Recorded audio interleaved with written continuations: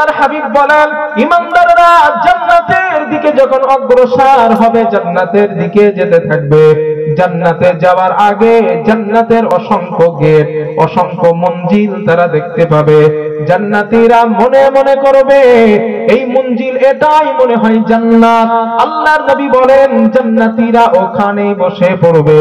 ফেরেশতারা বলবে, না না, এটা জান্নাত না, এটা জান্নাতের একটা গেট। বান্দাগুলো বলবে, না, গেট এত সুন্দর হয় না, এটাই জান্নাত। নবী বলেন, ওরা বসেই পড়বে। এক পর্যায়ে ফেরেশতারা হাত ধরবে, আর ওঠো, বলছি এটা জান্নাত না, এটা জান্নাতের গেট। এই যে হাত ধরে তুলবে, এই জন্য আল্লাহ দিলেন ওয়াসিকা, ওদেরকে ধাক্কা দেওয়া লাগবে, কারণ গেট থেকে ওরা উঠতে চাইবে না, তাই। সুবহানাল্লাহ বলেন। বোঝাতে পেরেছি ব্যাখ্যাটা? Very good. আল্লাহ নবী বলেন, এই অবস্থায় জান্নাতের মূল গেটের কাছে যাবে। জান্নাতের গেটে আল্লাহর ফেরেশতারা দাঁড়ানো। ওই ফেরেশতারা জান্নাতীদের লক্ষ্য করে বলবেন, সালামুন আলাইকুম তিবতুম ফাদখুলুহা খালিদিন। ও জান্নাতীরা, তোমাদের জন্য আমাদের পক্ষ থেকে অভিনন্দন হলো, সালাম। যাও, তোমরা জান্নাতের মধ্যে প্রবেশ করো। এই জান্নাত থেকে তোমাদের আর কোনোদিন বার হতে হবে না। যাও, সালাম নিয়ে প্রবেশ করো। তাহলে অভিনন্দনটা কি হলো ভাইয়া? সালাম। এবার আমরা সবাই জান্নাতীরা জান্নাতে গেছি, বলেন আমরা ইনশাআল্লাহ জান্নাতে যাব। বলেন ইনশাআল্লাহ জান্নাতে যাব। আল্লাহ কবুল করেন। এখন আমরা সবাই জান্নাতে প্রবেশ করেছি সালাম অভিনন্দন নিয়ে। এখন প্রবেশ করার পরে আমাদের কথা কি হবে? আল্লাহ বলেন, আল্লাহ তাআলা বলেন, ওয়াদাউহুম ফিহা সুবহানাকাল্লাহুম্মা ওয়া তাহিয়্যুতুহুম ফিহা সালাম ওয়া আখির দাওয়াহুম আনিল হামদুলিল্লাহি রাব্বিল আলামিন। জোরে বলেন আল্লাহু আকবার। আল্লাহ রাব্বুল আলামিন বলেন, বান্দারে, ওই জান্নাতি বান্দাগুলো জান্নাতের মধ্যে প্রবেশ করার পর জান্নাতীদের মুখের ভাষাগুলো দিয়ে উচ্চারিত হবে, ও আমাদের আল্লাহ, আমরা আপনার পুত পবিত্রতা বর্ণনা করেছি। আর জান্নাতীদের মুখের ভাষাগুলো হবে সালাম আর সালাম। ঈমান বা আমলের দাম আল্লাহর কাছে আছে, বিশ্বাস করুন ভাই, এর বিকল্প কিচ্ছু নাই। সাহাবাদের সঙ্গে বা রাসূলের সঙ্গে যার আমলের মিল আছে, ওই ব্যক্তিটা। তো এই হাদিস দ্বারা আমরা পেলাম ৭৩ দল নবীর উম্মত, আর কোরআনের মধ্যে পেলাম 2টা দল, অনলি 2টা, একটা কাফের, একটা ঈমানদার। এখন কাফের যারা, ওরা জাহান্নামে যাবে, এটা আমরা নিশ্চিত। এখন জান্নাতে যাবে কারা, এ ব্যাপারে কোরআনের একাধিক আয়াত দ্বারা বোঝানো যাবে, তবে একটা আয়াত বলি, ওই আয়াতের মধ্যে পরিপূর্ণ ব্যাখ্যা আছে। আল্লাহ তাআলা বলেন, ওয়া আম্মা মান খাফা মাকামা রাব্বিহি ওয়া নাহান নাফসা আনিল হাওয়া। আল্লাহ তাআলা বলেন, যারা আমি আল্লাহকে ভয় করার নীতি অবলম্বন করেছে এবং নফসের দাবি পূরণ করে নাই। নফসের দাবি বলতে কি? নফস বলেছে জিনা করো, বান্দা বলে আমি জিনা করব না, কারণ আমি আল্লাহকে ভয় করি। নফস বলেছে সুদ খাও, তুমি বড় লোক হয়ে যাবা, বান্দা বলে আমি সুদ খাবো না, কারণ আমি আল্লাহকে ভয় করি। নফস বলেছে মিথ্যা বলো, বান্দা বলে আমি মিথ্যা বলবো না, কারণ আমি আমার আল্লাহকে ভয় করি। নফস বলেছে তুমি মানুষকে কষ্ট দাও, বান্দা বলেন না, আমি কষ্ট দেব না, কারণ আমি আল্লাহকে ভয় করি। আল্লাহ বলেন, যারা আমি আল্লাহর ভয় করার নীতি অবলম্বন করে নফসের দাবি পূরণ করে নাই, আল্লাহ বলেন ফাইনাল জান্নাতা হিয়াল মাওয়া, ওই বান্দার ঠিকানা আমি আল্লাহর জান্নাত। সুবহানাল্লাহ। কথা বোঝাতে পারছি তো ভাইয়া? আমি চাচা বোঝাতে পারছি ইনশাআল্লাহ? একটু হ্যাঁ না বলেন না তো কিন্তু ঘুম এসে যাবে, কারণ রাত এখন গভীর, এই সময় বক্তব্য দেওয়া অনেকটা। গত 3 বছর সন্ধে সন্ধে বকুল মেরেছিলাম, কিন্তু এবছর আর হলো না। এই জন্য একটুখানি হ্যাঁ না একটু উত্তর দেবেন, তাহলে ঘুমটা ছাড়বে আর কি। তাহলে জান্নাতে যাবে কারা, এটা আমরা মোটামুটি বুঝে ফেললাম। এখন এই মূল কথাটা এবার শোনেন। জান্নাতি ব্যক্তি যারা হবেন হাসরের দিন, ওনাদের ব্যাপারে আল্লাহ তাআলার একটা এলান হবে, একটা ঘোষণা হবে। ওই ঘোষণাটা কি কোরআনে আসছে। আল্লাহ রাব্বুল আলামিন বলেন, وَسِيقَ الَّذِينَ اتَّقَوْا رَبَّهُمْ إِلَى الْجَنَّةِ زُمَرًا حَتَّى إِذَا جَاءُوهَا وَفُتِحَتْ أَبْوَابُهَا وَقَالَ لَهُمْ خَزَنَتُهَا سَلَامٌ عليكم طبتم فادخلوها خالدين। জোরে বলেন আল্লাহু আকবার। আল্লাহ রাব্বুল আলামিন বলেন, বান্দারে হাসরের ময়দানে আমি তোমার আল্লাহ, আমি তোমার রব একটা এলান করব, একটা ঘোষণা করব। ও আমার ফেরেশতারা, ও আমার জান্নাতি গোলামগুলো দাঁড়ানো, যাও ফেরেশতারা যাও, আমার বান্দাদের হাঁকাতে হাঁকাতে ধাক্কা দিতে দিতে তোমরা জান্নাতের দিকে নিয়ে যাও। আরবি শব্দের ওয়াসিকা শব্দের বাংলা অর্থ ধাক্কা দেওয়া, হাঁকানো। ওয়াসিকা মানে কি বলছি, একটু কথা বলেন। ওয়াসিকা মানে কি বলছি, ধাক্কা দেওয়া। প্রশ্ন আপনাদের কাছে আসবেই, আর আসা স্বাভাবিক। হুজুর জান্নাতি ঘোষণা পেয়ে গেলাম, জান্নাতি আমরা, এখন জান্নাতি ঘোষণা পাওয়ার পরেও ধাক্কা খাওয়া লাগবে, কথাটা কেমন হইল না?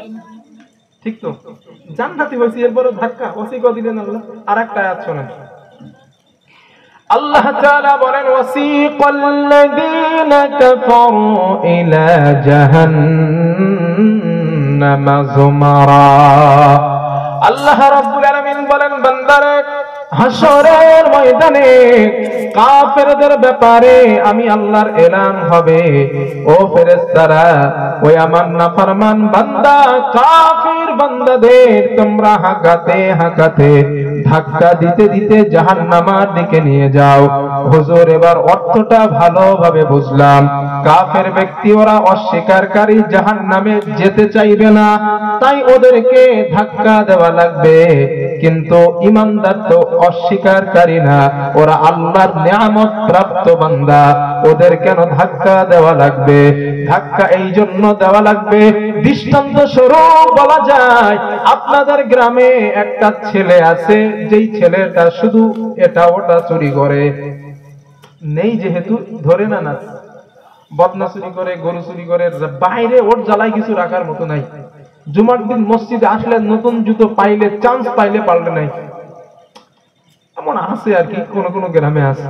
তো আপনারা ওই ছেলেটাকে ধরতেই পারেন না। এখন কি করলেন, এখানে থানা কি নাম আছে জানি, থানা পিংলা থানায় আপনারা গেলেন, বললেন স্যার আমাদের গ্রামে এক ছেলে আছে শুধু চুরি করে। এখন আমরা তো তাকে ধরতে পারছি না, আমরা তার নামে ডায়েরি করছি, তার বাপের নাম অমুক, ওর নাম অমুক, আপনি তাকে অ্যারেস্ট করেন। এখন পুলিশ তারে খুঁজতেছে 2 মাস ধরে, পায় না। এখন আপনাদের এই জঙ্গলসা বাজারে, বাজার আছে তো জঙ্গলসা বাজার, এখন ওই বাজারে বিকেল বেলা ওই ছেলেটা চা খাচ্ছিল। এখন পুলিশ পিছন দিক থেকে এসে ওর হাত ধরে ধরে বলে, বেটা 2টা মাস ধরে তোমাকে খুঁজতেছি, আমরা তোমাকে পাচ্ছি না, আজ যেহেতু পেয়েছি আমরা তোমাকে ছাড়বো না। একটু শব্দের দিকে খেয়াল রাখবেন, ছাড়বো না। আপনার বন্ধু একসঙ্গে পড়াশোনা করতেন, সাথী ভাই, দেখা নাই 10 বছর, হঠাৎ দেখা আপনার শিয়ালদা স্টেশনে, দোস্ত 10 বছর দেখা নাই, বুকে টুকে মিললেন, জড়িয়ে ধরলেন, বন্ধুকে আদর করলেন, আর বললেন, দোস্ত 10টা বছর তোমার সঙ্গে আমার দেখা নাই, এত ভালোবাসা ছিল, আজ যেহেতু তোমাকে পেয়েছি আমার বাড়িতে না গেলে আমি তোমাকে ছাড়বো। শব্দ দুইটা কি একই। পুলিশ আসামি ছাড়বো না, আর বন্ধু ছাড়বো না। কাফেরদের আগেও আছে কি ধাক্কা, ঈমানদারদের আগেও আছে কি ধাক্কা। ব্যাখ্যা কি? আল্লাহর হাবিব সাল্লাল্লাহু আলাইহি ওয়াসাল্লামের বর্ণনা, নবী বলেন, কাফেরদের এই জন্য ধাক্কা দেওয়া লাগবে কারণ কাফেররা অস্বীকারী, ওরা জাহান্নামে যেতে চাইবে না, এই জন্য কাফেরদের ধাক্কা দেওয়া লাগবে। কিন্তু ইমানদারদের কেন ধাক্কা দেওয়া লাগবে? আল্লাহর হাবিব বলেন, ইমানদাররা জান্নাতের দিকে যখন অগ্রসর হবে, জান্নাতের দিকে যেতে থাকবে, জান্নাতে যাওয়ার আগে জান্নাতের অসংখ্য গেট, অসংখ্য মঞ্জিল তারা দেখতে পাবে। জান্নাতীরা মনে মনে করবে এই মঞ্জিল, এটাই মনে হয় জান্নাত। আল্লাহর নবী বলেন, জান্নাতীরা ওখানেই বসে পড়বে। ফেরেশতারা বলবে, না না, এটা জান্নাত না, এটা জান্নাতের একটা গেট। বান্দাগুলো বলবে, না, গেট এত সুন্দর হয় না, এটাই জান্নাত। নবী বলেন, ওরা বসেই পড়বে। এক পর্যায়ে ফেরেশতারা হাত ধরবে, আর ওঠো, বলছি এটা জান্নাত না, এটা জান্নাতের গেট। এই যে হাত ধরে তুলবে, এই জন্য আল্লাহ দিলেন ওয়াসিকা, ওদেরকে ধাক্কা দেওয়া লাগবে, কারণ গেট থেকে ওরা উঠতে চাইবে না, তাই। সুবহানাল্লাহ বলেন। বোঝাতে পেরেছি ব্যাখ্যাটা? Very good. আল্লাহ নবী বলেন, এই অবস্থায় জান্নাতের মূল গেটের কাছে যাবে।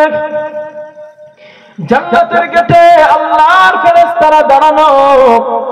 ওই ফেরেশতারা জান্নাতীদের লক্ষ্য করে বলবেন, সালামুন আলাইকুম তিবতুম ফাদখুলুহা খালিদিন। ও জান্নাতীরা, তোমাদের জন্য আমাদের পক্ষ থেকে অভিনন্দন হলো, সালাম। যাও, তোমরা জান্নাতের মধ্যে প্রবেশ করো। এই জান্নাত থেকে তোমাদের আর কোনোদিন বার হতে হবে না। যাও, সালাম নিয়ে প্রবেশ করো। তাহলে অভিনন্দনটা কি হলো ভাইয়া? সালাম। এবার আমরা সবাই জান্নাতীরা জান্নাতে গেছে, বলেন আমরা ইনশাআল্লাহ জান্নাতে যাব। বলেন ইনশাআল্লাহ জান্নাতে যাব। আল্লাহ কবুল করেন। এখন আমরা সবাই জান্নাতে প্রবেশ করেছি সালাম অভিনন্দন নিয়ে। এখন প্রবেশ করার পরে আমাদের কথা কি হবে? আল্লাহ বলেন, আল্লাহ তাআলা বলেন, ওয়াদাউহুম ফিহা সুবহানাকাল্লাহুম্মা ওয়া তাহিয়্যুহুম ফিহা সালাম ওয়া আখির দাওয়াহুম আনিল হামদুলিল্লাহি রাব্বিল আলামিন। জোরে বলেন আল্লাহু আকবার। আল্লাহ রাব্বুল আলামিন বলেন, বান্দারে, ওই জান্নাতি বান্দাগুলো জান্নাতের মধ্যে প্রবেশ করার পর জান্নাতীদের মুখের ভাষাগুলো দিয়ে উচ্চারিত হবে, ও আমাদের আল্লাহ, আমরা আপনার পুত পবিত্রতা বর্ণনা করেছি। আর জান্নাতীদের মুখের ভাষাগুলো হবে সালাম আর সালাম। প্রবেশ করার সময় কথা ছিল অভিনন্দন, ছিল সালাম। প্রবেশ করার পরে জান্নাতের ব্যক্তিদের কথা কি? সালাম। এইবার যে তথ্যটা বলছি, এটা তাফসীর ইবনে কাসিরে পাবেন আপনারা। তবে বাংলা যে তাফসীর আছে ওটাই পাবেন না, আরবি যে তাফসীর ইবনে কাসির আছে ওটাই পাবেন। ওখানে তাফসীর এই আয়াতের ব্যাখ্যায় দেওয়া হয়েছে।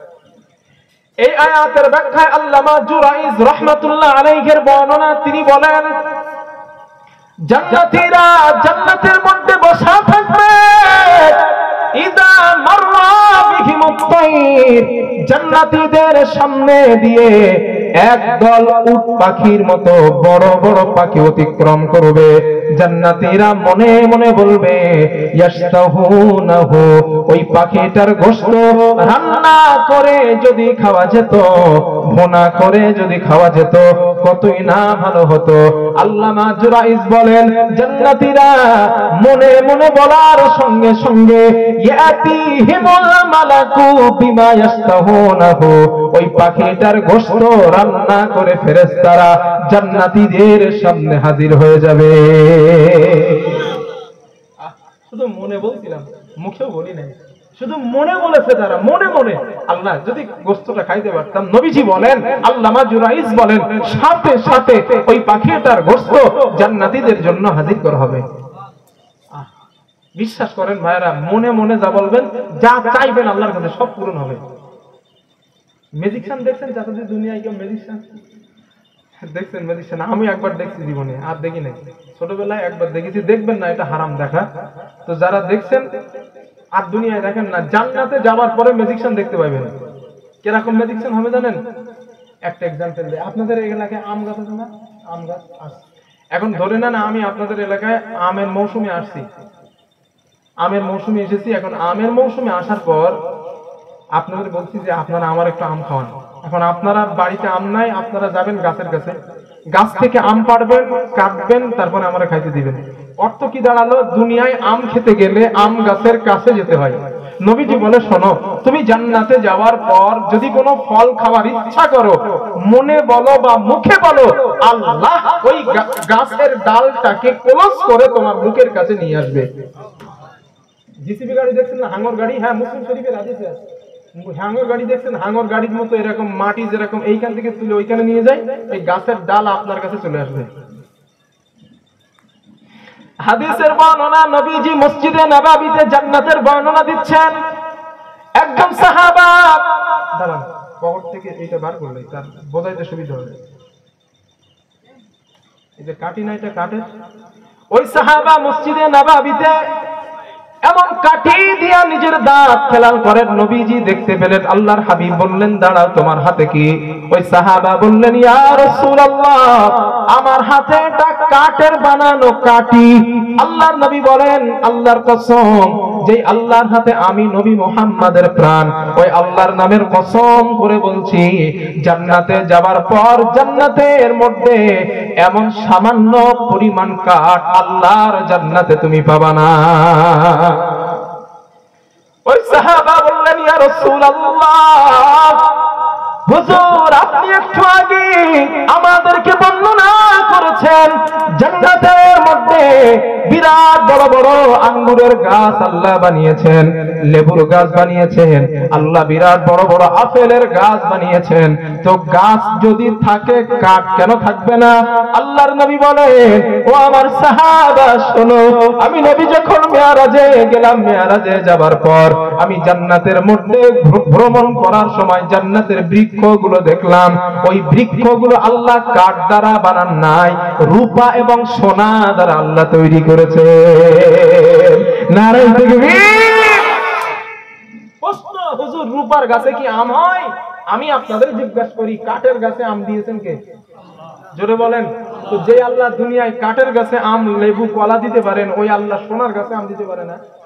নিশ্চিত পারে। হ্যাঁ, জান্নাতে কোনো কাঠ নাই, ম্যাজিক একদম জান্নাত। যা চাইবেন, মনে বলবেন, মুখে বলবেন, হয়ে যাবে। তবে বিড়ি টিড়ি যাদের খাওয়া অভ্যাস, বিড়ি টিড়ি চাইেন না। আবার বিড়ি খাবার তো অভ্যাস, বিড়ি টিড়ি যদি চাই তা আল্লাহ দিবেন। হ্যাঁ, বিশ্বাস করেন, নবী যেহেতু বলছেন মানে আল্লাহ দিবেন। তবে এটাও বিশ্বাস করেন, জান্নাতে যাবার পর বিড়ি খাবার মতো, এমন পচা জিনিস খাবার মতো ইচ্ছা আপনার মধ্যে আসবে না। বিশ্বাস করেন, এত ভালো ভালো জিনিস জায়গা বিড়ি খাইতে ইচ্ছে না, না করবেই না আপনার।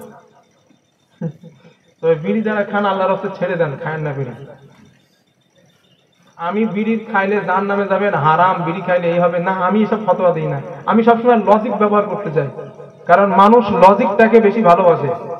বিড়ি খাবেন না এতটুকু বলছি। কেন বলছি? দুইটা এক্সাম্পল বিবেকের কাছে দিচ্ছি। আপনার বিবেক, জাহান্নামের মধ্যে নবীজি বলেন, আদ-দুখফু আদ-দুখান ওয়াল আযাব। জাহান্নামের মধ্যে আঙ্গুলি গোনেন, জাহান্নামের মধ্যে আছে আগুন, জাহান্নামের মধ্যে আছে ধোঁয়া, জাহান্নামের মধ্যে আছে আযাব। এক নাম্বার, জাহান্নামের মধ্যে কি আছে? আগুন। দুই নাম্বার ধোঁয়া, তিন নাম্বার আযাব। বিড়ির মধ্যে কি আছে? আগুন আর ধোঁয়া, দুইটা জিনিস। তাহলে জাহান্নামে যা আছে, বিড়ির মধ্যেও দুইটা তাই আছে। এখন জাহান্নামের খোরাক মুখে নিয়ে টানতেছেন, বিবেকের কাছে বলছি আপনার। দুই নাম্বার কারণে বিড়ি খাবেন না। কোরআনে আসছে জাহান্নামীদের খাবারের ব্যাপারে, তুসকা মিন আইনিন আনিয়া লাইসা লাহুম তুআমুন ইল্লা মিন দরি। এই দরি শব্দ জাহান্নামীদের খাবার। কি খাবার? আল্লাহ বলেন, ওই দরি নামীয় খাবারটা যখন জাহান্নামীরা খাবে, ওদের শরীর পরিপুষ্টও হবে না এবং ক্ষুধাও নিবারণ হবে না। দরি খাবারটা খেলে ক্ষুধাও নিবারণ হয় না, শরীরও পরিপুষ্ট হয় না। এবার আমি আপনাদের জিজ্ঞাসা করি, আপনারা আমাকে একটু বলুন তো, বিড়ি খাইলে শরীরের কোনো উপকার হয়? হ্যাঁ, একটু কথা বলেন না।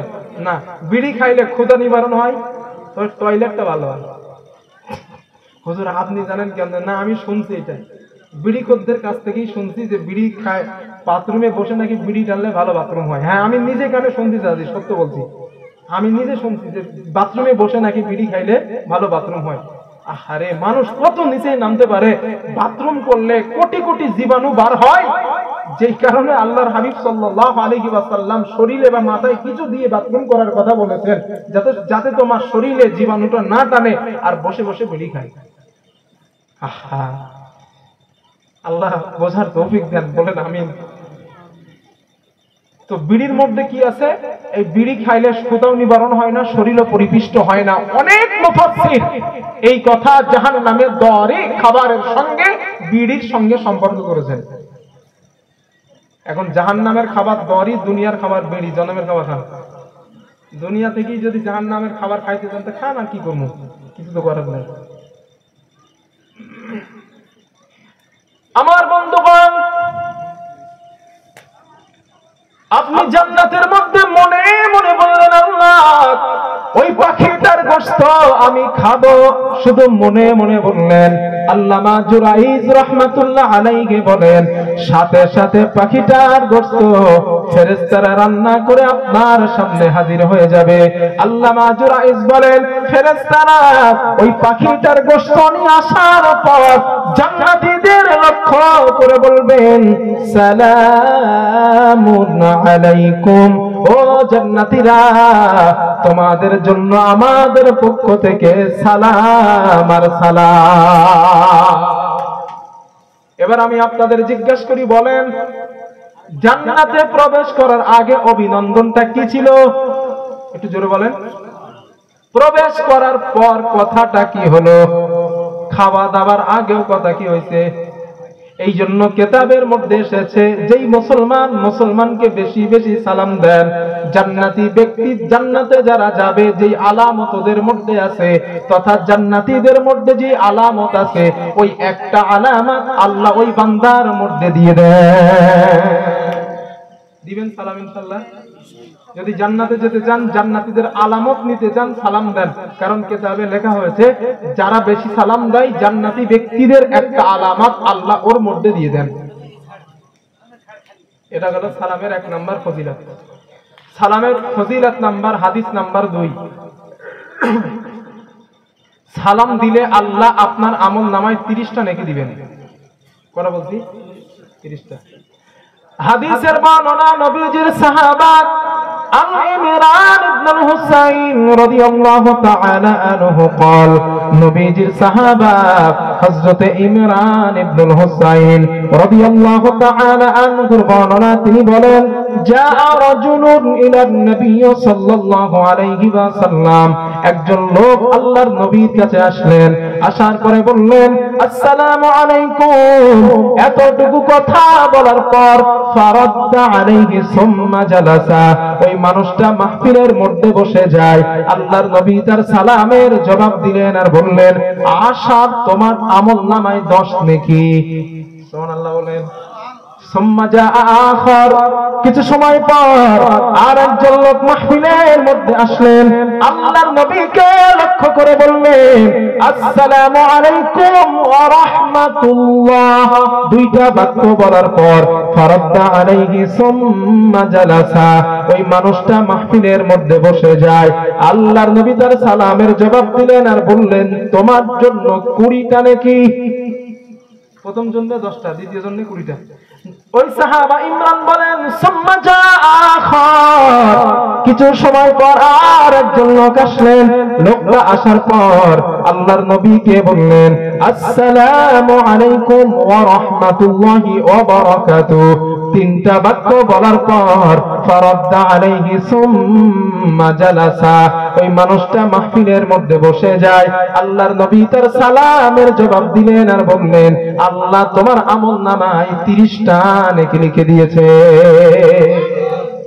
প্রথম জন্য বলছিলেন কয়টা? 10টা। কেন? সালামের একটা বাক্য বলছে।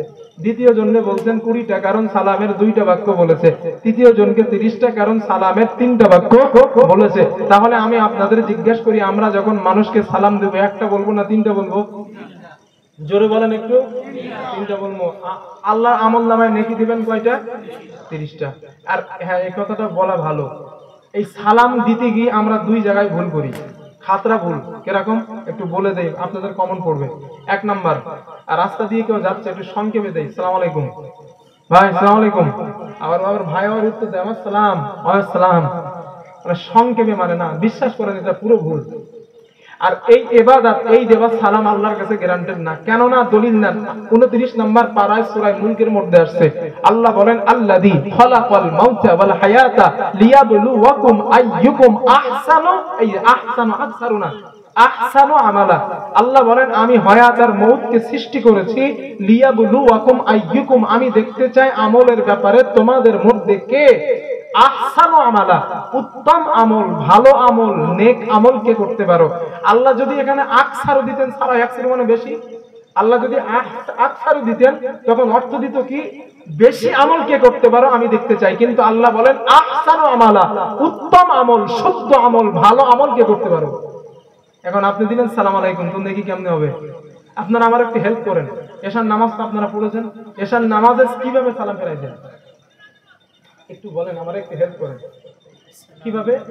আসসালামু আলাইকুম। তো নামাজের মধ্যে বললেন আসসালামু আলাইকুম ওয়া রাহমাতুল্লাহ, আর সালাম নামাজ থেকে ফারাগ হওয়ার পরেই বলছেন সালাম আলাইকুম। ব্যাপারটা কি? না না না, এটা ভুল, এটা করেন না, আল্লাহর রাসূল বলছে এটা করবেন না। এটা গেল 1 নাম্বার ভুল। আর 2 নাম্বার হলো আমাদের মধ্যে কিছু আবেগী মুসলমান আছে। কিরকম আবেগী? আসসালামু আলাইকুম ওয়া রাহমাতুল্লাহি ওয়া বারাকাতুহু বলার পর আরেকটু বাড়ায় কি ওয়া জান্নাতুহু ওয়া মাগফিরাতুহু, বলে না ভাইয়া? একদম পুরো মিথ্যা কথা, এটা পুরো মানুষের বানানো। এটা সালামের সঙ্গে কোনো হাদিসে নাই। হ্যাঁ, আমি ওভার কনফিডেন্স নিয়ে বলছি, এই সব রেকর্ড হচ্ছে আমার কথা। আমি যখন এই কথাগুলো বলি তখন আপনারা মনে করবেন এই মানুষটা নিশ্চিত এই ব্যাপারে অনেক ভিডিও, না তো আমি বলি না। হ্যাঁ, আমি ওভার কনফিডেন্স নিয়ে বলছি 100% সালাম ওয়া জান্নাতুহু ওয়া মাগফিরাতুহু এটা সালামের অংশ না, পরবর্তীতে এটা মানুষ বানিয়েছে। এখন দলিলটা দেই এবার। বুখারী বর্ণনা, আম্মা জানা আয়েশা সিদ্দিকা রাদিয়াল্লাহু তাআলা আনহার বর্ণনা, তিনি বলেন আমি রাসূলুল্লাহ সাল্লাল্লাহু আলাইহি ওয়াসাল্লামকে সালাম দিলাম, আসসালামু আলাইকুম ওয়া রাহমাতুল্লাহি ওয়া বারাকাতুহু। এই 3টা বাক্য বলার পর আমি সালামের অংশ আর একটু বাড়াতে চাইলাম। আল্লাহর নবী বলেন, ও আমার বিবি আয়েশা, সালাম যতটুকু আছে অতটুকুই থাক, বাড়ানোর দরকার নাই। যদি এর বেশি অংশ থাকতো নবীজি তাকে বলতে দিতেন। নবী ওয়া রাহমাতুল্লাহি ওয়া বারাকাতুহু বলার পর আটকালেন, এর অর্থ হলো এর পরে আর কিছু নাই। ঠিক তো ভাইয়া? আর কিছু নাই। এজন্য আমরা যখন বলবো 3টা বাক্য বলবো, আসসালামু আলাইকুম বলবো না, বলবো আসসালামু আলাইকুম। আল্লাহ কবুল করার তৌফিক দেন, বলেন আমিন। আরো জোরে বলেন আল্লাহুম্মা আমিন। এই গেল সালামের উপকার নাম্বার 2। সালামের উপকার নাম্বার 3, সালাম দিলে আল্লাহ আপনারে জান্নাত দিয়ে দিবেন। হুজুর কি কথা বললেন এটা? হ্যাঁ হ্যাঁ সত্য বলছি। আমি আগে বলছি না যে আল্লাহ আমারে সালামের ব্যাপারে যতটা জ্ঞান দিচ্ছেন, এই কথাগুলো যদি শোনেন আপনারা সালাম আর কখনো ছাড়বেন না। সালাম যদি দেন আপনি মানুষকে, নিরাপদে আল্লাহ আপনারে জান্নাত দিয়ে দিবেন। দলিল দেই, নবীজির সাহাবা আব্দুল্লাহ ইবনে সালাম রাদিয়াল্লাহু তাআলা আনহুর বর্ণনা, তিনি বলেন আমি তখনও মুসলমান হই নাই, আমি আমার নানিমার কাছে শুনতে পেলাম আল্লাহর নবী নাকি মদিনায় আসছেন মক্কা থেকে হিজরত করে। আমি নবীজির আসার কথা শোনার সাথে সাথে শোনার সঙ্গে সঙ্গে আমি আমার মনে মনে সিদ্ধান্ত নিয়ে নিলাম আমি আল্লাহর নবীকে 3টা প্রশ্ন করব। এই 3টা প্রশ্নের জবাব আল্লাহর নবী যদি আমাকে দিতে পারেন, আমি নবীজির হাতে হাত দিয়ে কলেমা পড়ে মুসলমান হয়ে যাব। হযরত আব্দুল্লাহ ইবনে সালাম বলেন, রাহমাতুল লিল আলামিন, আল্লাহর নবী মদিনায় আসলেন, আমি আল্লাহর নবীর কাছে গেলাম। আল্লাহর রাসূলের সামনে অনেক সাহাবারা বসা এবং অনেক মানুষজন বসা। আমি নবীজির কাছে কথা বলার অনুমতি চাইলাম। আল্লাহর নবী আমাকে অনুমতি দিলেন। আমি আল্লাহর নবীকে বললাম, ও আব্দুল্লাহর বেটা মুহাম্মদ সাল্লাল্লাহু আলাইহি ওয়াসাল্লাম, আমি আপনাকে 3টা প্রশ্ন করতে চাই। এই 3টা প্রশ্নের জবাব যদি আপনি আমাকে দিতে পারেন, আমি এখনই কথা দিলাম মুসলমান হয়ে যাব। আল্লাহর নবী বলেন, আব্দুল্লাহ ইবনে সালাম, কি প্রশ্ন তুমি করতে চাও? আল্লাহর আল্লাহর নবীকে বললেন, এক নম্বর আমার প্রশ্ন, আপনি আমাকে বলুন দুনিয়া ধ্বংস হবার আগে যে আলামত দুনিয়ায় সংগঠিত হবে, ওই আলামতের প্রথম আলামত হবে কোনটা? 2 নাম্বার, জান্নাতি ব্যক্তিরা জান্নাতে যাওয়ার পর জান্নাতীদের সর্বপ্রথম কোন খাবার দ্বারা মেহমানদারি করানো হবে? 3 নাম্বার, সন্তান বাবার মতো দেখতে কেন হয়, মায়ের মতো দেখতে কেন হয়? এই 3টা প্রশ্নের জবাব আমাকে দেন। আল্লাহর নবী রাহমাতুল লিল আলামিন আমাদের নবী মাথাটা নিচু করলেন, কিছু সময় পর নবীজি মাথাটা ওঠালেন। আল্লাহর নবী মাথাটা ওঠানোর পরে বললেন, আব্দুল্লাহ ইবনে সালাম, তোমার প্রশ্নের 1 নম্বর জবাব, কিয়ামতের পর আলামতের প্রথম যে আলামত দুনিয়ায় হবে, পূর্ব দিক থেকে একটা আগুনের পাহাড় বার হবে, ওই আগুনের পাহাড় মানুষগুলোকে পশ্চিম দিকে ধাওয়া করে নিয়ে যাবে। এটা তোমার প্রশ্নের 1 নম্বর জবাব। 2 নম্বর প্রশ্নের জবাব, জান্নাতি ব্যক্তিরা জান্নাতে যাবার পর আমার আল্লাহ জান্নাতি ব্যক্তিদের মাসির কলিজার একটা অবশিষ্ট অংশ দ্বারা জান্নাতীদের মেহমানদারি করাবে। 3 নম্বর প্রশ্নের জবাব, সন্তান বাবার মতো দেখতে কেন হয়, মায়ের মতো দেখতে কেন হয়? 3 নম্বর প্রশ্নের জবাব, বাবা এবং মায়ের বৈধ মিলনের মধ্যে বাবার শরীরের ডিম্বাণুটা শুক্রাণুটা যদি আগে নির্গত হয়, সন্তান দেখতে বাবার মতো হয়, মায়ের ডিম্বাণুটা যদি আগে নির্গত হয়, দেখতে মায়ের মতো হয়। এটা তোমার প্রশ্নের 3 নাম্বার জবাব। হযরত আব্দুল্লাহ ইবনে সালাম এই 3টা প্রশ্নের জবাব শোনার সঙ্গে সঙ্গে বললেন, ইয়া রাসূলুল্লাহ, আমি কলেমা পড়ে এখনই মুসলমান হয়ে গেলাম। আমি সাক্ষ্য দিচ্ছি আপনি আল্লাহর রাসূল, কোনো সন্দেহ নাই। নবী বলেন, তুমি বুঝলা কেমনে? 3টা প্রশ্নের জবাব তো দিলাম, তুমি তোমার ওয়াদা পূরণ করেছো, তো তুমি বুঝলা কেমনে? আব্দুল্লাহ ইবনে সালাম বলেন, হুজুর আমি ইনজিলের বড় আলেম, খুব বড় আলিম, আমি ইনজিলের মধ্যে পেয়েছি এই 3টা প্রশ্ন, তবে এটাও পেয়েছি এই 3টা প্রশ্নের জবাব আল্লাহর নবীরা ছাড়া দিতে পারবে না। আপনি দিতে পেরেছেন মানে আপনি অবশ্যই আল্লাহর নবী। তবে এখানে একটা প্রশ্ন আপনার কাছে আমার। কি প্রশ্ন?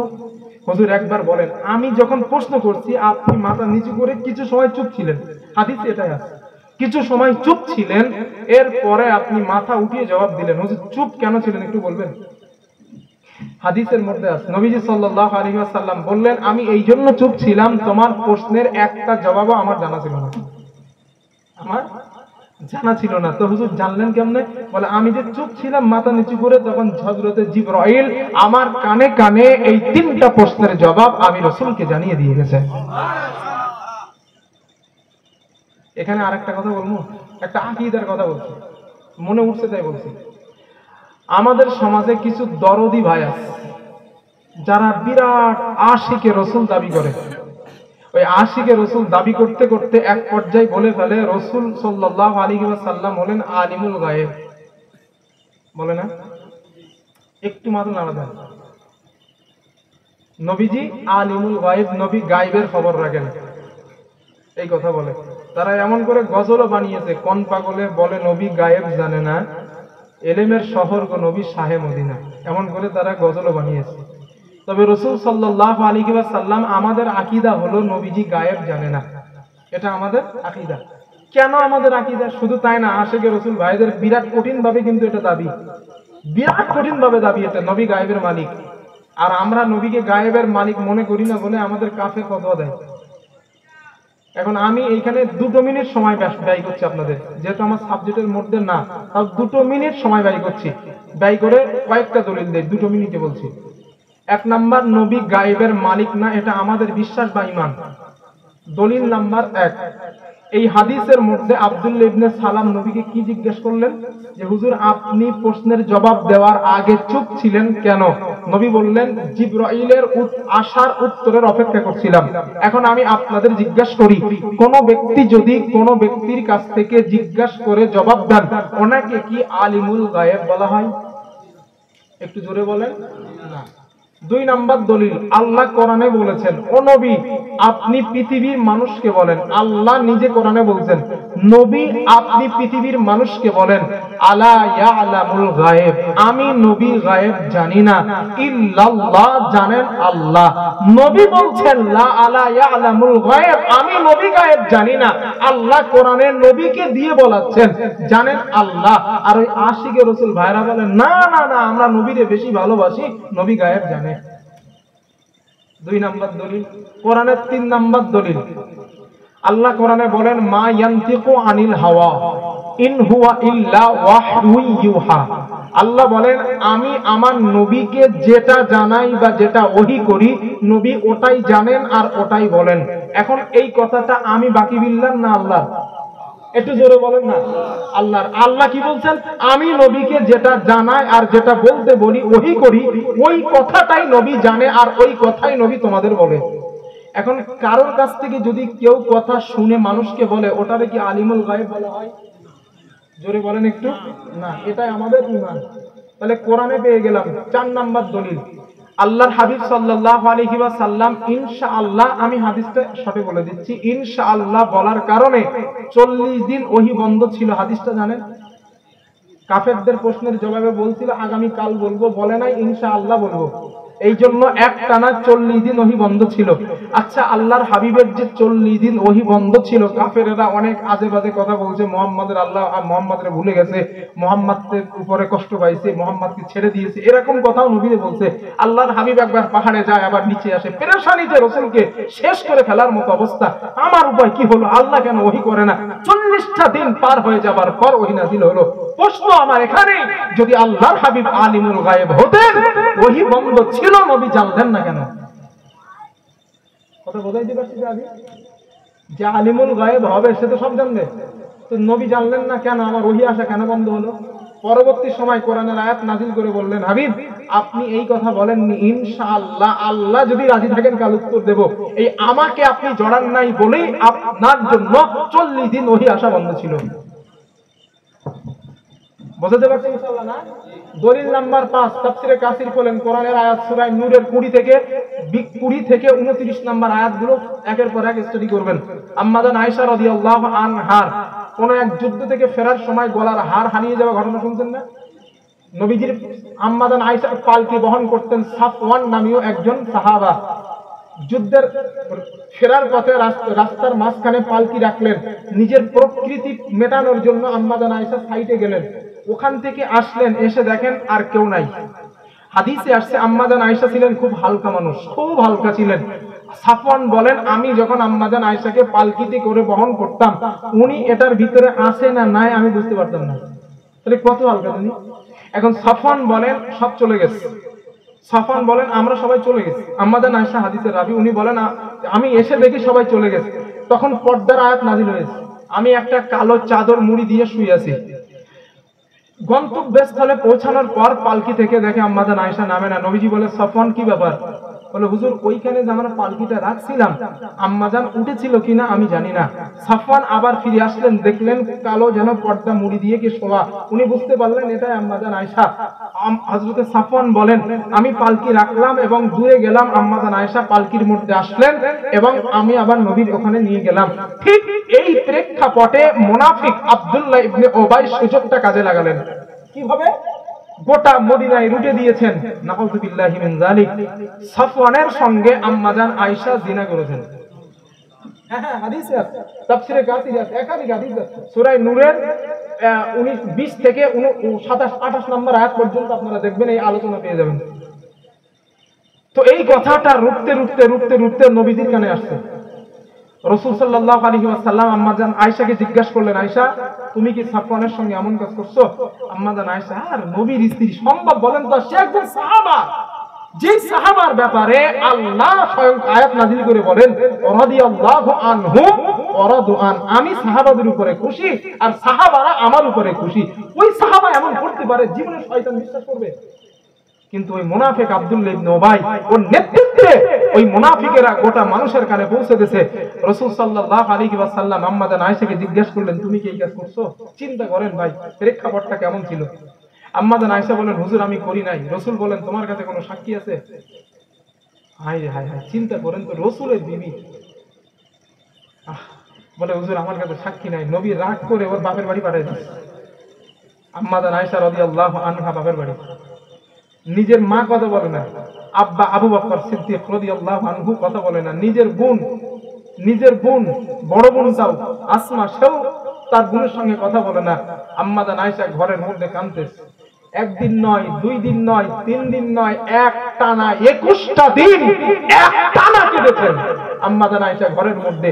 21 দিন পরে সূরা নূরের 20 থেকে 28 নম্বর আয়াত পর্যন্ত নাযিল হয়েছে। ও নবী, আপনার বিবি আয়েশা চরিত্রহীনা নন, উনি দোষী নন, উনি নির্দোষী। নবী, আমি আল্লাহ সাক্ষী দিলাম আয়েশার হয়ে। সুবহানাল্লাহ। 21 দিন পর ওই নাযিল হয়েছে। আমার প্রশ্ন এইখানটাই, রাসূল যদি আলিমুল গায়ব হতেনই, আম্মা জান আয়েশা জিনা করেছে কিনা 21 দিন ওয়েট নবী কেন করলেন? কথা বুঝতে পারছেন না? ইনশাআল্লাহ আমি বলছি তো, হ্যাঁ আমার এলেম গেলাম না আলহামদুলিল্লাহ, তবে আমার কাছে 10 মিনিট বসে দেবেন, যদি মানে ধুতি খুলে ছেড়ে দেবো ইনশাআল্লাহ। কি সমস্যা হলো, আমি এদিকে যাই না, কারণ আমি ঝামেলার মধ্যে, ইখতিলাফের মধ্যে থাকতে চাই না। হ্যাঁ সত্য বলছি, আমি এদিকে যেতে চাই না। তবে আজ কথার মধ্যে একটুখানি উঠছে বলে আকীদার ব্যাপার বলে একটুখানি বলেছি, ঈমানের ব্যাপার বলে। কখনো এই বিশ্বাস যেন রাখবেন না রাসূল আলিমুল গায়ব। এই বিশ্বাস হবে আমাদের আল্লাহর নবী শ্রেষ্ঠ মখলুক। কোনো সমস্যা নাই এতে, শ্রেষ্ঠ মখলুক নবী ওটাই জানেন আল্লাহ যেটা জানান। নবী ওটাই জানতেন আল্লাহ যেটা জানান, বা নবীকে আল্লাহ যেটা জানান ক্ষমতা দিতেন, নবী ওটাই বলতে পারতেন, তার বাইরে কিছু জানতেন না। আমাদের ঈমান আলিমুল গায়ব একজন, তিনি কে? আরো জোরে বলেন। তাহলে আকীদা তো সাফ হইছে না ইনশাআল্লাহ। মোবাইল তো এখন সবথেকে বড় গজব। ওই মোবাইলের দলিল দেখে আর না পায়, হায় হায় রে, আমার হুজুর এটা বলতে, এটা ভুল পুরো। এই মোবাইলের হুজুর যেটা বলছে এটা ঠিক, আপনার জাহান্নামের রাস্তা ঠিক করতেছেন আপনি। হ্যাঁ হ্যাঁ আপনি ঠিক করতেছেন। তবে একটা কথা বলি, বলবো না ভাবছিলাম, তাও একটু বলে রাখি। যদি আমি বেঁচে থাকি, আগামী বছর যদি বেঁচে থাকি আমি, এইটা আমার অনেক ওস্তাদ বা আমার অনেক সাথী ভাই বা অনেক মাহফিলে এরকম কথা আমার কাছে এসেছে, তাই আমি সিদ্ধান্ত নিয়েছি। আমি হানাফি মাযহাবের মানুষ, আমি কেন নাভির নিচে হাত বাঁধি, আমি কেন রফা ইয়াদিন করি না। আপনি কেন করেন আপনার বিরুদ্ধে না, কিন্তু আমি বলছি না আগে যে আমি ইখতিলাফের মধ্যে যাই না। আমি কেন করি, আমি যদি আপনাদের জিজ্ঞেস করি যে আপনারা ইমামের পিছনে সূরা ফাতিহা পড়েন না কেন, কেন পড়েন না জিজ্ঞেস করলে জবাব কি দিবেন? না না আমরা সিলসিলা ফুরফুরা তাই পড়ি না, এটাই জবাব, আর কিছু নাই। কিন্তু এটা তো জবাব না। আমি কেন ইমামের পিছনে সূরা ফাতিহা পড়ি না, আমি কেন রফা ইয়াদিন করি না, আমি কেন নাভির নিচে হাত বাঁধি, আমি কেন ফরজ নামাজের শেষে সম্মিলিত মোনাজাত করি, এই ব্যাপারে এই যে একটা সাবজেক্ট বলছি, এরকম ভাবে আমি টোটাল 67-68টার মতো হাদিস এক জায়গায় করেছি। বেঁচে থাকলে আগামী সিজনে শুনতে পাবেন ইনশাআল্লাহ। এটা বলার কারণে আমি অনেক শত্রু হয়ে যাব, তবে হলেও সমস্যা নাই, কারণ এই কথাগুলো আমাদের জলসায় মাহফিলে হচ্ছে না, বড় বড় আলেমরাও এই কথাগুলো তুলে ধরছে না। তা আমি সিদ্ধান্ত নিয়েছি এই কথাগুলো আমি মাহফিলের মধ্যে বলবো ইনশাআল্লাহ। আপনি বাঁধেন বুকের উপরে, আমি আপনার ভুল বলবো না কখনো, কারণ আমি আপনার বিপক্ষে নয়, আমি আমার পক্ষে। আমি কেন নাভির নিচেই বাঁধি, আমি বাঁধি আমার ব্যাপারে দলিল দেন। আপনি যেন আগামীতে আর বলবেন না যে নাভির নিচে হাত বাঁধা জয়ীব, যারা বাঁধে ওদের নামাজ হয় না, এই কথা বলার যেন সুযোগটা না থাকে, এই সিদ্ধান্ত আমি নিয়েছি। আমার জন্য একটু দোয়া করেন, আল্লাহ যেন আমার জানটা, আমার ব্রেনটা আর একটু তুলে দেন, বলেন আমি। তো আব্দুল্লাহ ইবনে সালাম রাদিয়াল্লাহু আনহু মুসলমান হলেন। মুসলমান হয়ে যাবার পরে এবার নবীজি ওনাকে 3টা আমল দিলেন, 3টা উপদেশ দিলেন।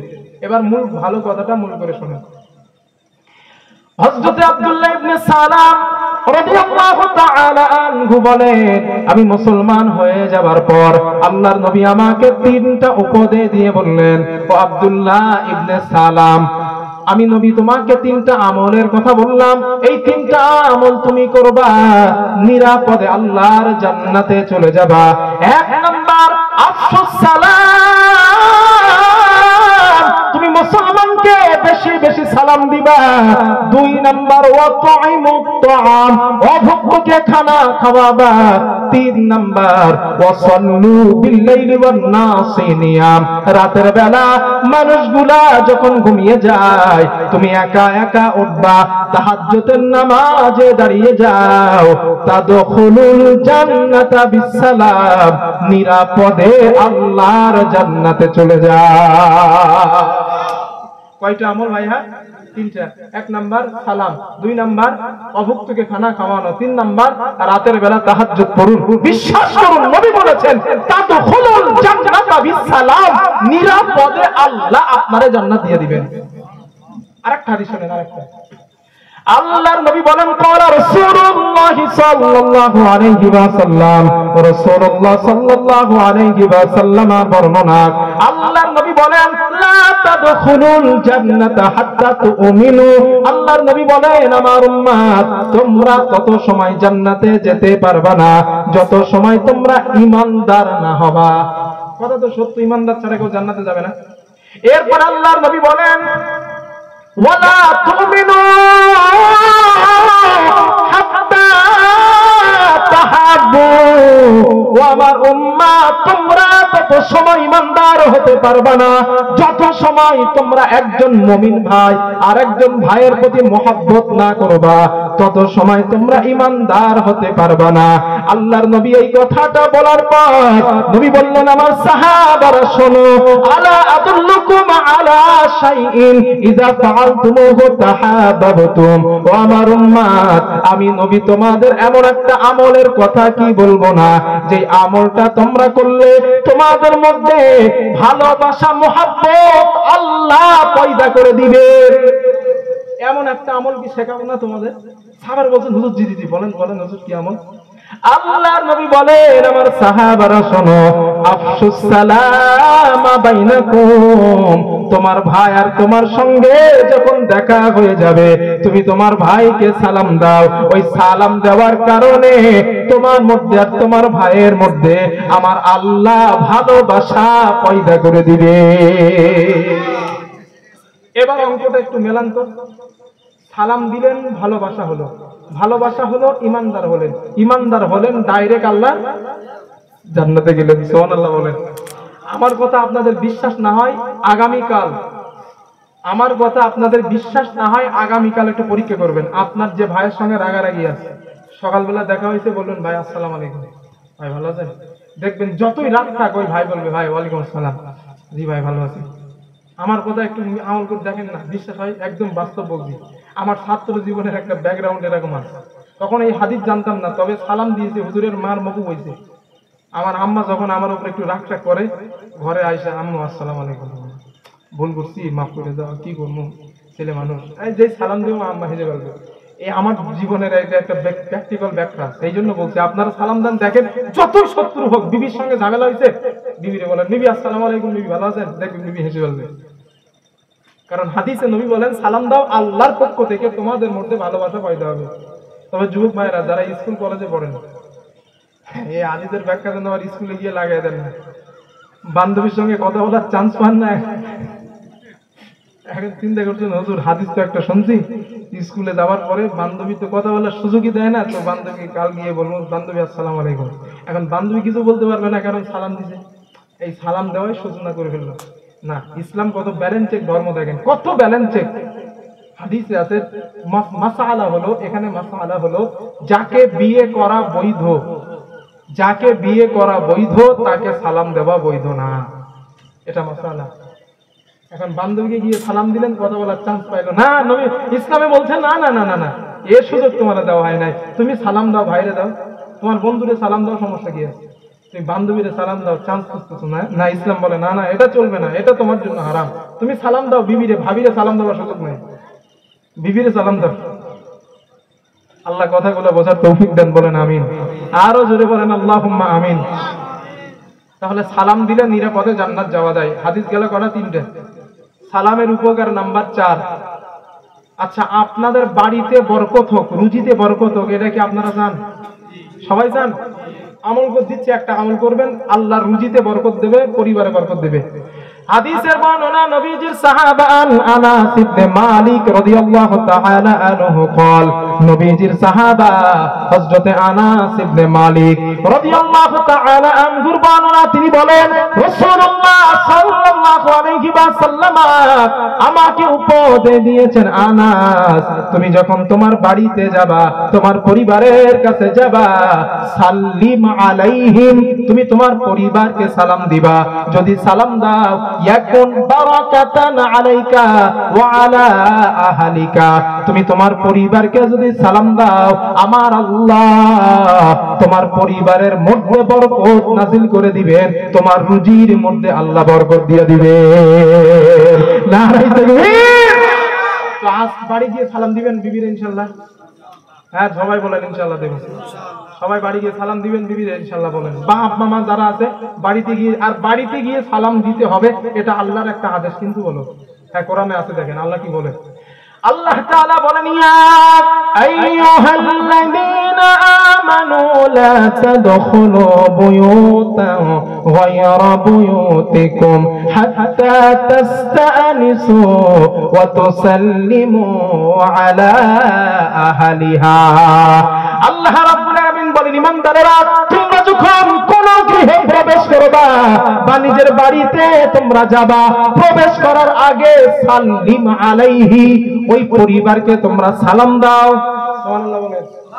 এই আয়াতটা যখন নাযিল হয় আল্লাহর নবীর একজন সাহাবা বললেন ইয়া রাসূলুল্লাহ আমি যখন আমার মায়ের ঘরে প্রবেশ করব আমি কি আমার মাকে সালাম দিব, আমার মায়ের কাছ থেকে অনুমতি নিব? আল্লাহর নবী বলেন ও আমার সাহাবা তুমি কি তোমার মাকে নেকেট অবস্থায় দেখতে চাও? ওই সাহাবা বললেন লা না ইয়া রাসূলুল্লাহ না। আল্লাহর নবী বলেন তাহলে মায়ের ঘরে প্রবেশ করার আগে তোমার মাকে সালাম দিবা। সুবহানাল্লাহ বলতে বলতে এখন আমি আপনাদের জিজ্ঞেস করি, যদি মায়ের ঘরে প্রবেশ করার আগে সালাম দেওয়ার অনুমতি নবীজি দেন, আদেশ যদি রাসূল করেন, ভাবির বাড়ি যাবার আগে কি বলা লাগবে? আমরা দিই বলেন দেই না। হ্যাঁ সালাম আমরা মনে করি এই হিন্দু ভাইরা যেরকম গুড মর্নিং বলে আমার এরকম সালাম। বিশ্বাস করেন নবীর হাদিস বিশ্বাস করেন ভাই, বাড়িতে সালাম দেন, গিয়ে রাত্রে সালাম দেন, পরিবারে যখন যাবেন সালাম দেন, আল্লাহ দেখবেন রুজিতে বরকত দেবে, ব্যবসায় বরকত দেবে, চাষবাস করেন আল্লাহ বরকত দেবে। নবী বলছে মানে 100% হবেই, ঠিক না বলেন? নবী বলছেন মানে 100% হবেই। তবে আজকে রাত্রে এই কথাটা বলে দেই, বলে দেওয়া ভালো, নাহলে উল্টো পাল্টা করে ফেলবেন। বাড়িতে গিয়ে সালামটা দেবেন কিভাবে? রাত্রে ধরেন মোড়ের মাথা থেকে বন্ধুদের সঙ্গে গল্প টল্প করে রাত 11টা 12টায় বাড়ি গেছেন, গিয়ে দেখছেন বিবি ঘুমাচ্ছে, সন্তানও ঘুমাচ্ছে, 3 বছরের ছেলে বা মেয়েটা ঘুমাচ্ছে। এখন আপনি বাড়িতে গিয়ে সালাম দিলেন আবেগে, বিবি আসসালামু আলাইকুম, কারণ শুনছেন সালামের ফজিলত। এখন আপনার বিবি ওই বাচ্চাটারে খুব কষ্ট করে ঘুম পাড়িয়ে আপনার দেওয়া সালামের আওয়াজে বাচ্চার কাছে ঘুম ভেঙে। এই যে এই আবেগে সালাম দেওয়া যাবে না। কেন বলছি এই কথাটা জানেন? আপনারা হয়তো মনে আছে অনেকের আপনাদের এরকম অবস্থা যদি শুনেছেন আপনারা, যে স্বামীর পায়ের নিচে স্ত্রীর ভেস্তে, জি এরকম আপনারা শুনছেন, চাচাদি শুনছেন স্বামীর পায়ের নিচে স্ত্রী ভেস্তে, এরকম মজা আমি নিজে কানে শুনেছি তাই বলছি। তবে বিশ্বাস করেন এই কথাটা টাটকা মিথ্যে কথা একদম। হ্যাঁ কোন পুরো বানানো কথা এটা। কোন নবীর সহি হাদিস তো পড়ে থাকে, কোন জয়ীফ দুর্বল হাদিসেও এমন কথা নবী বলে নাই। জয়ীফ দুর্বল হাদিস মানে তো ওটা হাদিসই না, জয়ীফ মানেই তো ভুয়া হাদিস, ওটা হাদিসই না। নবীর হাদিস কখনো জয়ীফ হয় না। আবার বলছি এই যে প্রায় কিছু হুজুর মাইকের সামনে বসে বলে ওটা জাল, ওটা জাল, ওটা জাল হাদিস, ওটা জাল হাদিস বলে না ভাইয়া। বিশ্বাস করেন জাল হাদিস হাদিসই না। আরে জাল বলে কোনো শব্দই নাই, হাদিস সহি ওটাই হাদিস। কারণ নবীর কথা কখনো জাল না, নবীর কথা যা সব সহি। কথা বলতে পারছি? যেটা জাল হবে ওটা হাদিস না। তো জাল হাদিস আপনি বললেন কেমন? জাল হাদিস হাদিসই না। তবে এই যে মায়ের স্বামীর পায়ের নিচে স্ত্রীর ভেস্তে, এটা হাদিসই না। আমার কথা রেকর্ড হচ্ছে, আপনারা মনে রেখে দেন। যদি কোনোদিন দেখাইতে পারেন কোন হাদিসে যে নবী এই কথা বলছে স্বামীর পায়ের নিচে স্ত্রীর ভেস্তে, আমি জবান দিচ্ছি আর জীবনে মাইকে কথা বলবো না। এত কনফিডেন্স নিয়ে বলছেন? হ্যাঁ এত কনফিডেন্স নিয়ে বলছি না, এরকম কথা আমি অনেক পড়াশোনা করেছি বা আমার বিজ্ঞ আলিমদের ওস্তাদদের কাছে জিজ্ঞাসা করেছি, না এমন কথা হাদিসে। হাদিসে কি আছে জানেন? হাদিসে এইটা আছে, এক সাহাবা নবীর কাছে আসলেন, আসার পরে বলছেন, হুজুর আপনি আমার অনুমতি দেন, আমি জিহাদে যাব। নবী বলেন কেন? বলে আমি শহীদ হব, আমার ইচ্ছা জান্নাতে যাব। নবীজি বলেন তোমার মা বেঁচে আছে? ওই সাহাবা বললেন কল না জি হুজুর বেঁচে আছে।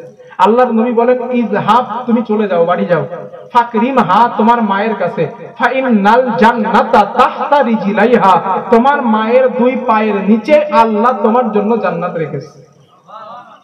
হাদিসে আছে মায়ের পায়ের নিচে সন্তানের বেহেশতে, আর হুজুর ওটাকে বানাই দিয়েছে স্বামীর পায়ের নিচে স্ত্রীর বেহেশতে। এই জন্য আলেম দাওয়াত করার সময় ইমাম সাহেব বা গ্রামের যারা আলিম আছে এদের সঙ্গে একটু পরামর্শ নিয়ে, আলেম দাওয়াত করার সময় একটু পরামর্শ নিয়ে করেন, নাহলে এরকম স্বামীর পায়ের নিচে স্ত্রী বেহেশতে নিয়ে বাড়ি যেতে হবে। না আছে কোরআনের দলিল, না আছে হাদিসের দলিল, না আছে ভালো ইজমাকে বিজ্ঞ আল্লাহর ওলিদের জীবনের দলিল। যা মনে আসে হুজুর তাই বলে দেয়, আস্ফলতা দেয়, নারাই তাকবীর, আল্লাহু আকবার, শালা ইহুদি ছেলে কোনে রে, এরকম মনে। চায়ের দোকানে গিয়ে সকালবেলা জিজ্ঞাসা করলে আর কিছু মনে থাকে না। না না, আলেমদের পরামর্শ নিয়ে আলেম দাওয়াত করবেন, কারণ ডাক্তার ডাক্তারের ভুল ধরতে পারে, আলেম আলেমের ভুল ধরতে পারে। কোন আলেমের গভীরতা, এলেমের গভীরতা কতটা আছে, তার কথার মধ্যে এলেমের গভীরতা কতটা আছে একজন আলিম বলতে পারে। আপনারা সাধারণ মানুষ কি বুঝবেন? এই জন্য আলেমদের পরামর্শ নিয়ে আপনারা বক্তব্য দাওয়াত করবেন। আমার কোনো দরকার নাই, আমি সেটা বলতেছি না, তবে 3 বার 4 বার, তো এইবার হলো 4 বার, আর দরকার নাই, আর অনেক আসছে। তো আলেমদের পরামর্শ নিয়ে করবেন, সেটা ভালো হবে। আমার বন্ধুগণ, তো রাসূলুল্লাহ সাল্লাল্লাহু আলাইহি ওয়াসাল্লাম বললেন মায়ের পায়ের নিচে সন্তানের বেহেশতে, এই কথাটা নবী বললেন, কিন্তু হুজুর আবেগে পড়ে বলে ফেলেছে। এখন আপনারা বাড়িতে যাওয়ার পর আবেগে আবৃত হয়ে নিজের বিবিকে সালাম দিলেন, ঘুমন্ত ব্যক্তিদের ঘুমের সমস্যা হবে, ইসলাম এটা বলে না। আপনি বাড়িতে যাওয়ার পর সালাম কেমন ভাবে দিবেন নবীজি আমাদের শেখালেন। হাদিসের বর্ণনা, নবীজির সাহাবা আনিল মিকদাম রাদিয়াল্লাহু তাআলা আন, নবীজির সাহাবা হযরতে মিকদাম রাদিয়াল্লাহু তাআলা আনহুর বর্ণনা, তিনি বলেন আকবালতু আনা ওয়া রাজুলানি ওয়া সাহিবানি লি, আমি এবং আমার দুইজন সাথী মদিনার উদ্দেশ্যে আমরা রওনা হলাম। আমরা চলতে লাগলাম, জাআলনা, আমরা চলতে চলতে যাহাবান আসমাউনা ওয়া আবসারুনা মিনাল জাহাদি, প্রচন্ড ক্ষুধার্ত আমাদেরকে গ্রাস করে ফেললো, এত পরিমাণে ক্ষুধা আমাদের লাগলো। ক্ষুধার কারণে আমাদের কানের অবস্থা ভালো না, আমাদের চোখের অবস্থা ভালো না, আমরা এত পরিমাণে ক্ষুধার্ত হয়ে গেলাম। আমরা মদিনায় পৌঁছানোর পর জাআলনা নারিদু আনফুসানা আলা আসহাবিন নবী সাল্লাল্লাহু আলাইহি ওয়াসাল্লাম, আমরা আল্লাহর নবীর কিছু সাহাবাদের কাছে গেলাম, ওই সাহাবাদের বললাম, ও নবীর সাহাবারা, আপনারা আমাদেরকে দুটো খাবার দেন, ক্ষুধার কারণে আমাদের কানের অবস্থা, চোখের অবস্থা ভালো না, আপনারা আমাদেরকে দুটো খাবার দেন। নবীর সাহাবারা বললেন, মিকদাম, আমরা নিজেরাই 3 দিনের ক্ষুধার্ত, আমরা নিজেরাই 3 দিন খাওয়া না, আমরা না খেয়ে 3টা দিন কাটাচ্ছি, আমরা আপনাদের কেমন করে খাবার দিব? হযরতে মিকদাম রাদিয়াল্লাহু তাআলা আনহু বলেন, ফাতাইনা নবী সাল্লাল্লাহু আলাইহি ওয়াসাল্লাম, আমরা আল্লাহর নবীর কাছে গেলাম, রাসূলকে বললাম, ইয়া রাসূলুল্লাহ, ক্ষুধার কারণে আমাদের শরীরের অবস্থা ভালো না, আমাদের কানের অবস্থা ভালো না, চোখের অবস্থা ভালো না, হুজুর আপনি আমাদেরকে দুটো খাবার দেন, প্রচন্ড ক্ষুধা আমাদেরকে গ্রাস করে ফেলেছে। আল্লাহর নবী সাহাবাদের ওই অবস্থা দেখার পর আল্লাহর নবী ফাইজা সালাসাতু আলুজ, আল্লাহর নবী 3টা বকরিকে দেখালেন আর বললেন, সাহাবারা যাও, ওই 3টা বকরি যে দেখতে পাও, ওই 3টা বকরির দুধ তোমরা দহন করবা, ইয়াহতালিবু হাযাল লাবানা বাইনানা, ওই বকরির দুধগুলো দহন করার পর তোমরা নিজেরা পান করবা, আমি নবীও ক্ষুধার্ত, আমার জন্য তোমরা একটু রেখে দিবা। হযরতে মিকদাম বলেন আমরা তিনজনে গেলাম, তিনটা বকরির দুধ আমরা দহন করলাম।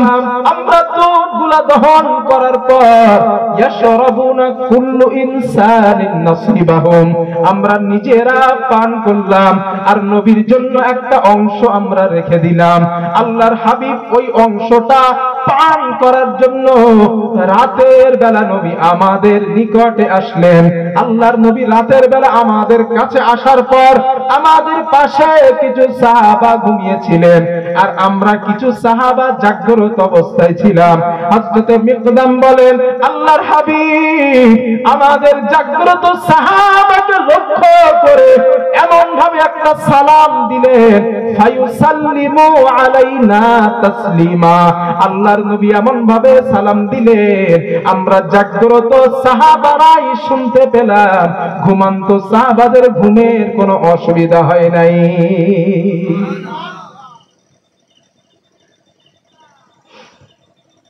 আমরা যারা জেগেছিলাম আমরাই শুনতে পাইছি, ঘুমান্ত সাহাবাদের কোনো ঘুমের ডিস্টার্ব হয় না। এই হাদিস থেকে নবী আমাদের শেখালেন বাড়িতে গিয়ে সালাম দিবা যেন তোমার ঘুমান্ত বাচ্চার ঘুমটা না ভাঙে, তোমার ঘুমান্ত বাবা মার ঘুমটা না ভাঙে, এইভাবে তোমরা সালাম দিবা, এটা নবী আমাদের শিখিয়েছেন। তাহলে আমরা বাড়িতে যাবার পর এইভাবেই সালাম দিব, বলেন ইনশাআল্লাহ। আরো জোরে বলেন ইনশাআল্লাহ। সালামের উপকার নাম্বার 6, সালাম দিলে আল্লাহ আপনার আমার জীবনের গুনাহ মাফ করে দিবে। দলিল নেন। আল্লাহর নবী বলেন ক্বালা রাসূলুল্লাহ সাল্লাল্লাহু আলাইহি ওয়াসাল্লাম, রাসূলুল্লাহ সাল্লাল্লাহু আলাইহি ওয়াসাল্লামের বর্ণনা, আল্লাহর নবী বলেন ইন্না মিন ওয়াজিবাতিল মাগফিরাতি বাদলুস সালামি ওয়া হুসনুল কালাম। আল্লাহর নবী বলেন আমার উম্মত তোমাদের মধ্যে দুইটা গুণ তোমরা অর্জন করে নাও, আল্লাহ তোমাদের গুনাহ মাফ করে দেওয়াটা আমার আল্লাহর জন্য ওয়াজিব হয়ে যাবে। আল্লাহর হাবিব বলেন দুইটা গুণ। এক নম্বর গুণ, আল্লাহর নবী বলেন তুমি যখন মুসলমান ভাইয়ের সঙ্গে সাক্ষাৎ করবা, আসসালামু ক্বাবলাল কালাম, কথা বলার আগে তুমি তোমার মুসলমান ভাইকে সালাম দাও। সালাম দেওয়ার পর ওই মুসলমান ভাইয়ের সঙ্গে যখন তুমি কথা বলবা, কথা বলার সময় উত্তম কথা বলো, ভালো ভালো কথা বলো। এই কথা বলতে পারো সালাম দিয়ে যদি, আল্লাহর নবী বলেন এই দুইটা গুণ যদি কোনো মুসলমান অর্জন করে নেয়, ইন্না মিন ওয়াজিবাতিল মাগফিরা, আমার আল্লাহ ওই বান্দার গুনাহ মাফ করে দেওয়াটা আমার আল্লাহর জন্য ওয়াজিব হয়ে যায়। কি মারাত্মক কথা নবী বলতেন, আল্লাহর জন্য গুনাহ মাফ করা ওয়াজিব হয়, মানে আল্লাহ ওরে মাফি করে দেয়। সুবহানাল্লাহ বলেন। প্রিয় ভাইরা সালাম ছাড়েন না, ছাড়েন না, বিশ্বাস করেন ছাড়েন না ওটা। 6 নম্বর 7 নম্বর সালাম ইসলামের শ্রেষ্ঠ আমলের অন্তর্ভুক্ত। নামাজ শ্রেষ্ঠ আমল, রোজা শ্রেষ্ঠ আমল, হজ শ্রেষ্ঠ আমল, আল্লাহর নবী বলে না সালামও শ্রেষ্ঠ আমল। সুবহানাল্লাহ। আল্লাহর নবীকে প্রশ্ন করা হলো আইয়ুল ইসলামি খায়রুন ইয়া রাসূলুল্লাহ, আল্লাহর নবী আপনি একজন সাহাবা বললেন হুজুর আপনি আমাকে বলেন ইসলামের শ্রেষ্ঠ আমল কোনটা? আল্লাহর নবী বলেন সাহাবা শোনো, ইসলামের অনেকগুলা নামাজ, রোজা, হজ, যাকাতের কথা নবী বললেন। আল্লাহর নবী বলেন এগুলা তো শ্রেষ্ঠ আমল, এই শ্রেষ্ঠ আমলের মধ্যে থেকে আরো দুইটা শ্রেষ্ঠ আমল আছে। আল্লাহর নবী বলেন এক নাম্বার ওয়ালা তুতঈমুত তুআম, অভুক্তকে খানা খাওয়ানো, এটা ইসলামের শ্রেষ্ঠ আমল। 2 নাম্বার ওয়া তাকরাউস সালাম আলা মান আরাফতা ওয়া মান লাম তারিফ।